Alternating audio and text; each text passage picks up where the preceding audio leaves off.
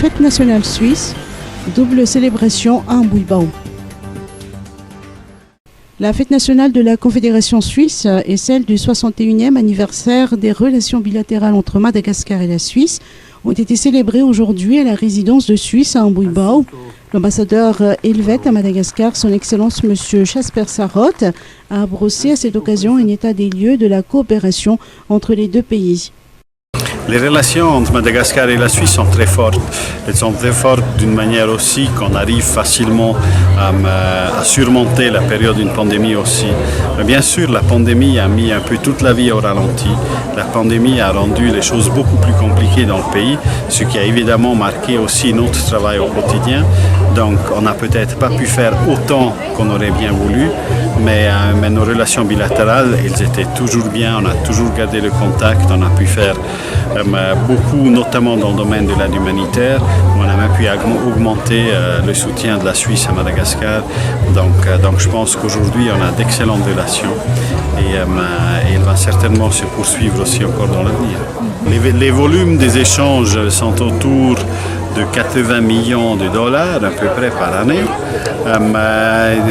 La Suisse, elle est plutôt perdante dans la relation avec Madagascar parce que la Suisse exporte beaucoup moins que l'importe de Madagascar. Donc Madagascar est gagnant vis-à-vis de la Suisse, notamment grâce aux produits d'excellence que la grande île produit, soit dans le domaine de la vanille, les girofles, le poivre, donc tout ce qui est les épices, mais aussi par exemple le textile, etc.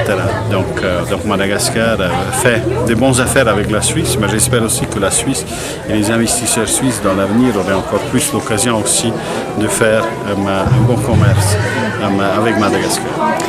En fin de son mandat à Madagascar, son Excellence M. Jasper Sarot a adressé un message éloquent aux dirigeants du pays, aux partis de l'opposition et à tout le peuple malgache.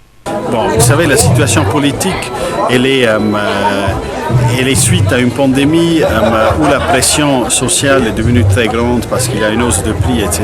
La vie est devenue dure et compliquée, ce qui nécessite évidemment parfois aussi des décisions courageuses de la politique aussi afin de pouvoir vraiment aussi répondre à ces défis-là.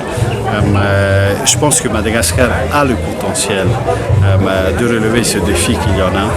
Mais voilà, on n'est pas encore là, il y a encore un bout de chemin à y aller et je souhaite évidemment aux autorités, mais à tout le peuple malagasy d'avoir cette force aussi de se relever et d'enfin aussi se développer d'une manière que le pays mérite, parce que c'est un pays qui mérite d'être développé vu toutes les richesses qu'il engorge dans ce pays. Le message que j'ai pour les autorités et aussi pour l'opposition, j'ai de la chance d'avoir de bonnes relations avec les dirigeants et avec l'opposition, donc je peux toujours passer les messages quand je les vois en bilatéral aussi, mais je les encourage toujours évidemment d'être courageux, d'avoir de l'audace, d'aller de l'avant et vraiment d'appliquer les réformes qu'il faut pour vraiment développer ce magnifique pays qui est Madagascar.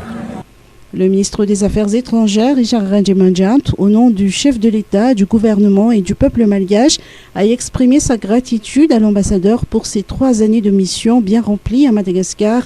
Les interventions de la Suisse à Madagascar portent notamment sur la coopération décentralisée, sur les actions humanitaires et les actions directes auprès de la population de différentes régions de Madagascar.